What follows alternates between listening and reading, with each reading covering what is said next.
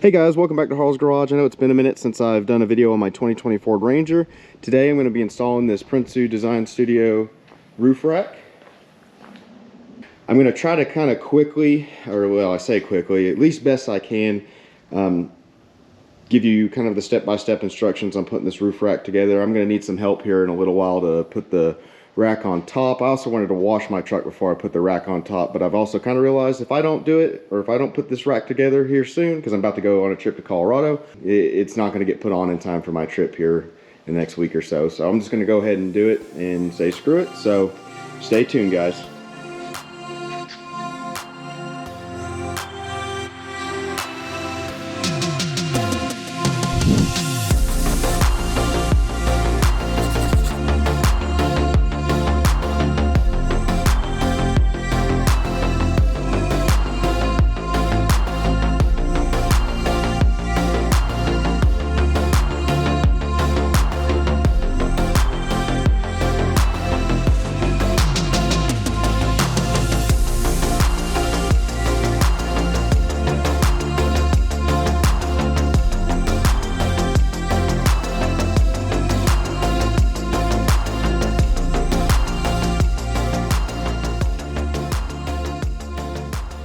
Alright guys, I moved the truck into a better spot to get the rack on. Got it under this covered awning here. It's 100 degrees out. I'm already pretty miserable, but I'm going to go forth and do it.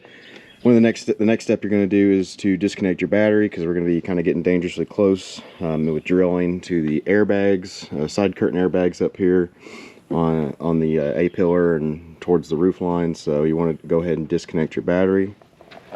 On this side, I've already pulled out the trim. I've already pulled out the trim on the A-pillar. To do that, you're going to just remove your rubber door seal here. Just kind of pull it down. It pulls down pretty easily.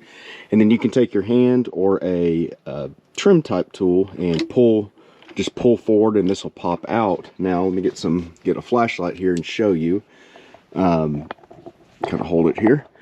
This will allow you to kind of drop the headliner a little bit, and if we skirt around the airbag some, I don't know, I'm gonna have to hold the flashlight in my mouth here so I can just show you.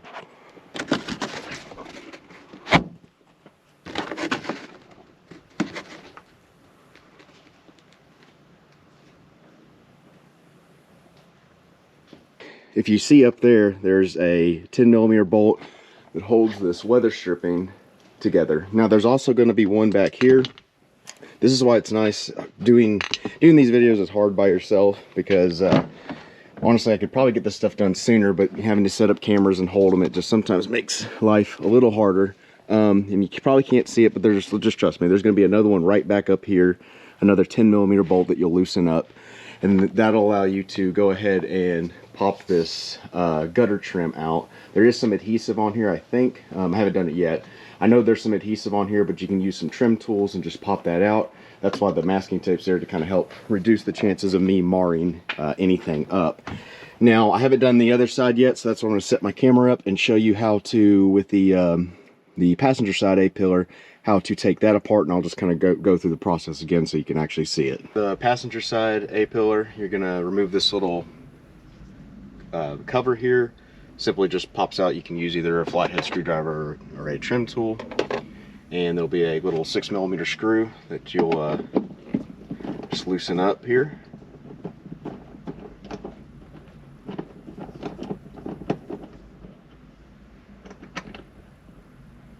Go ahead and take that out. Again, we'll pop off the door seal here. These are kind of a pain to put back on later because they never form right, and you have to sit there and push later, but you'll remove it. I usually remove it about halfway. Like I said, I've done this before, and if you want a little bit more detailed video how to kind of drop your headliner, you can check out my trailer brake controller install, because I had to do that for that too. And then simply all you're going to do is just pull forward. Alright, so you don't need to remove it all the way, and you don't even need to remove the sun visor here either to remove this down. And again, I don't have a way to hold the camera and show you, so I'll just take a picture. But you can actually access the bolt without having to drop this too much. For the rear, same thing. We're just going to go ahead and pop off this door seal trim.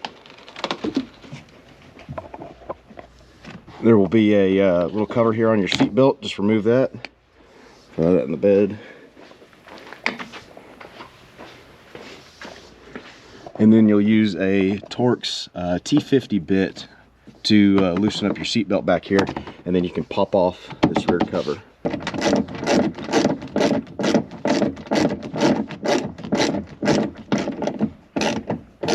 Forgot to mention, you have to remove this little bottom like trim cover piece. You just kind of pull up on it here. It'll give you access to kind of remove the rest of this, and you're able to just kind of pop this back, and that'll give you access to this top part here, which again you kind of have to dig through all the airbag, but that 10mm bolt's right up there.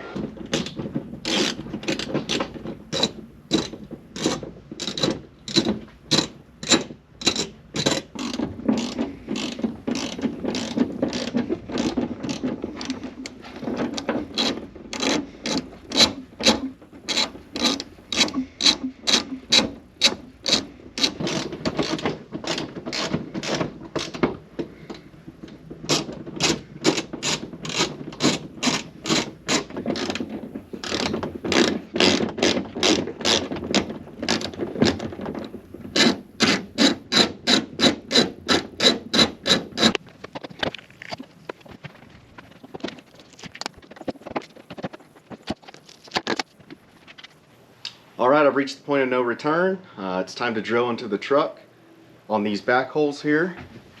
We're going to expand these out to 3/8. I've got a step-up bit that I've taped off at the 3/8 mark, so it'll be a little bit easier to see where I'm drilling.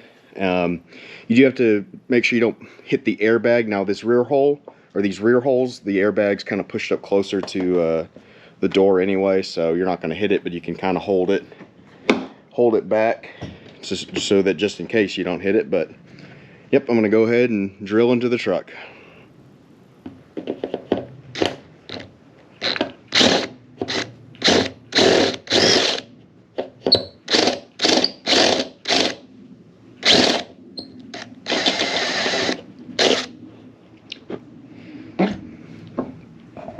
Alright, there we go. There's one hole down. I'll get all this shaved metal cleaned up in a bit. Time to do the other one.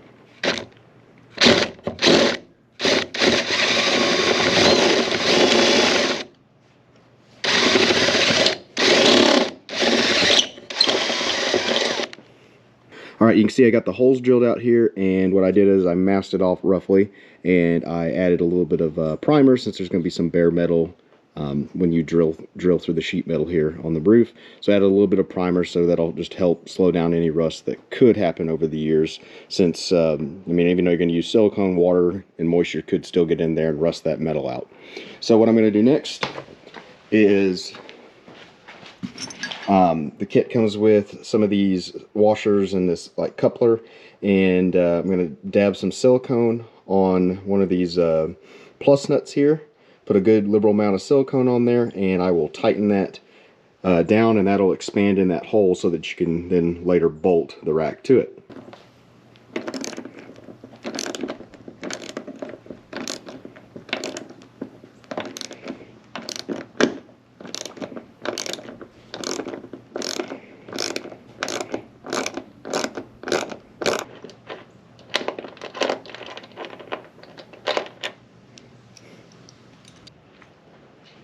Alright, we got the rack lifted up on the truck.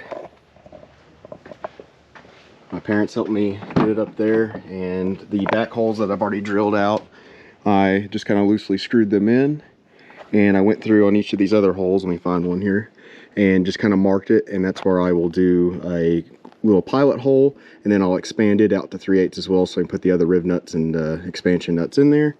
But got everything lined up, it's looking good. Luckily the rack itself isn't too heavy, so it's not too hard to kind of lift up and get in place. So now I'm going to have to take it down and then drill some more holes in it. We'll be hopefully get this install finished up soon.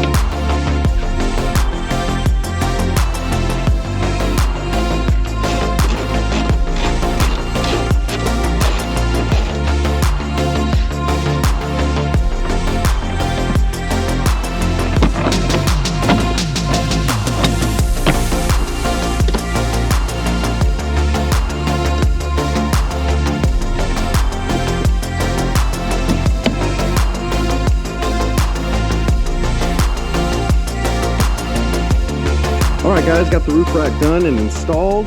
It's on here nice and tight. It's not going anywhere. So what I ended up doing to finish off, I replaced the gutter trim. I cut it with my cutoff wheel and angle grinder, cut it, and then bolted these back in, along with using some 3M double-sided tape, some automotive double-sided tape to reinstall the gutter trim. But I'll do a quick walk around here for you. Looks pretty good.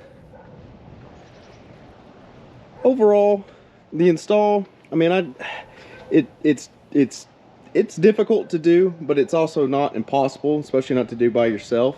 Definitely easier if you got a second set of hands helping you.